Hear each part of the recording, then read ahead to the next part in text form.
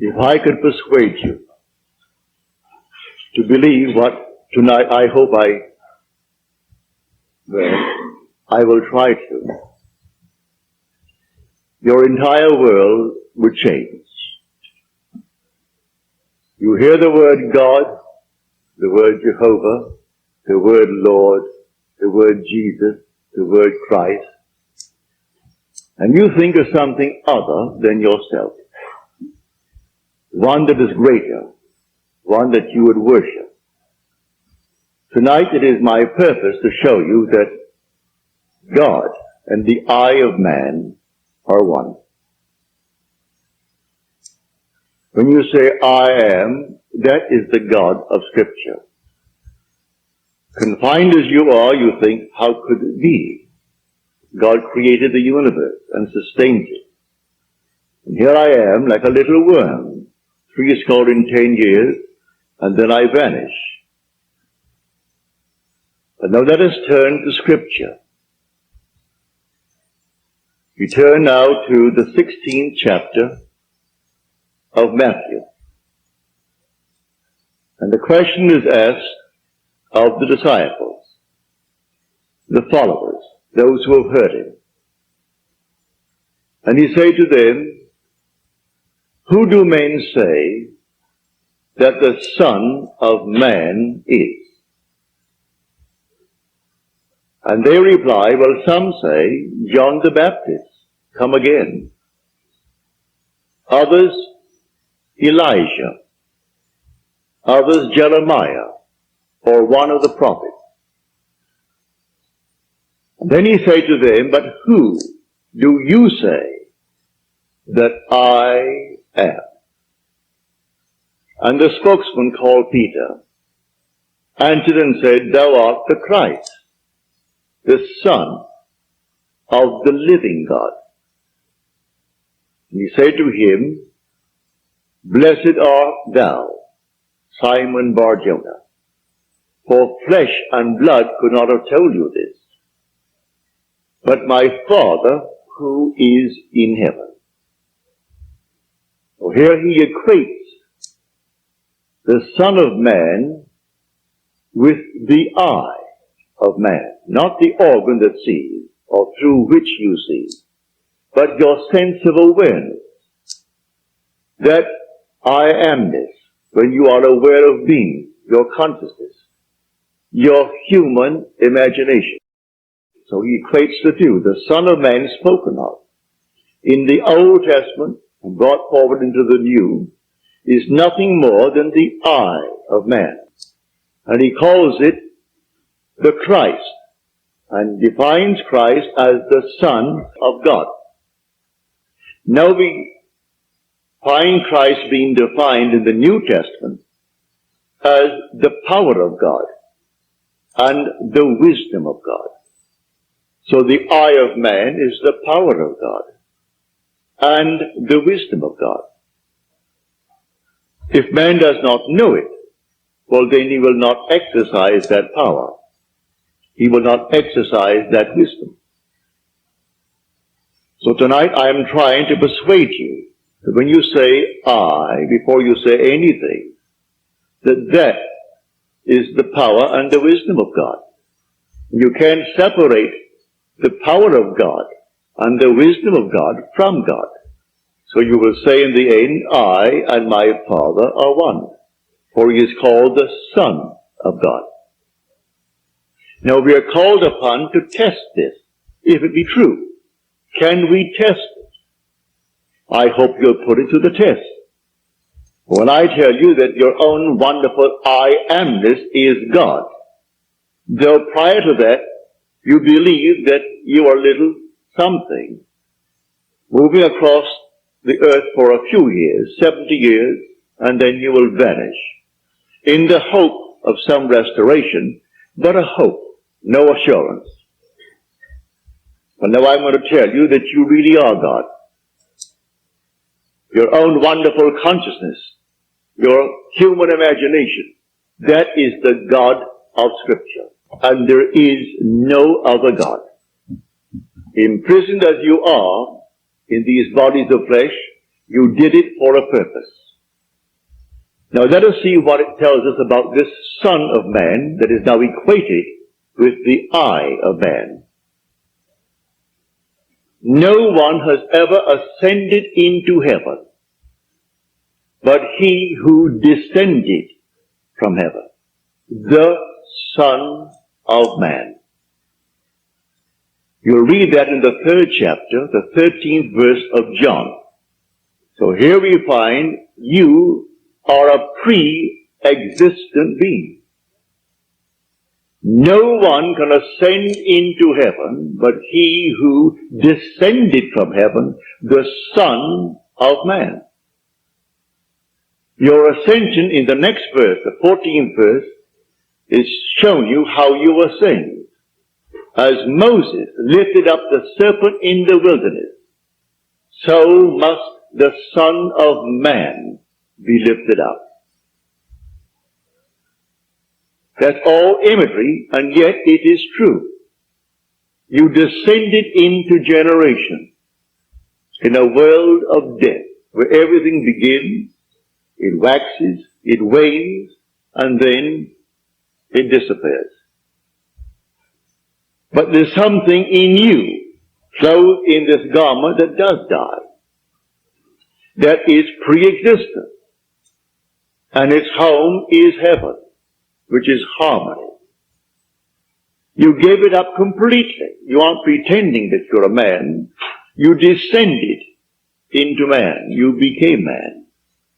With all the weaknesses, all the limitations, all the restrictions of man, to experience this world of death and decay.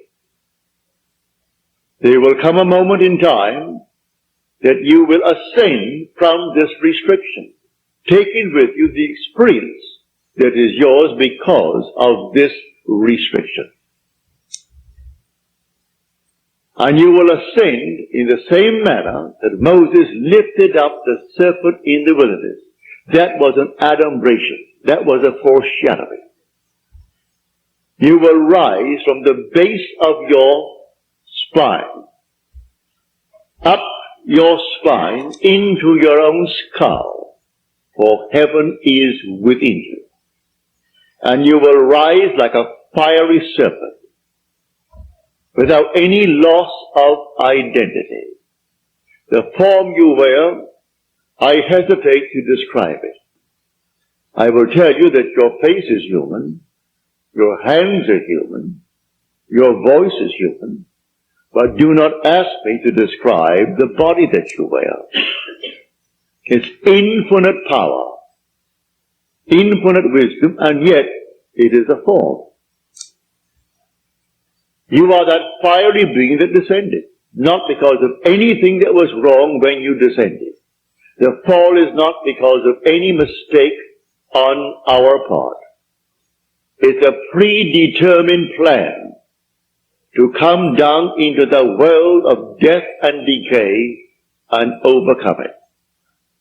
If coming down, wearing these garments, we knew who we were, pretending that we were men, we could not accomplish it. Any more than an actor on the stage, pretending that he is Hamlet,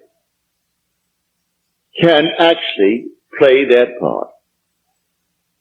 He has to actually assume it, but even then it is still with a little something in his mind. He knows he is the great actor who tonight will go home to his lovely home, and he'll take off the garment and hang it up once more, and tomorrow he'll replay the play. You don't do that in this play of God. You don't take off the garment. You wear it for your 70, and if by strength, your 80, or maybe even longer, or shorter. But the I of man is the God of Scripture. Put it to the test.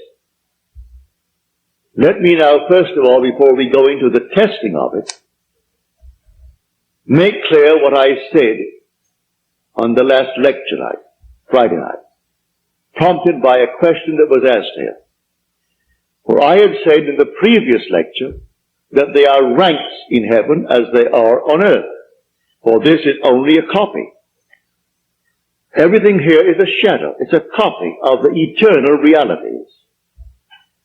Believe me that when you say I, before you say I am John, I am Bill, I am this, I am that, I am the other, you are declaring yourself to be.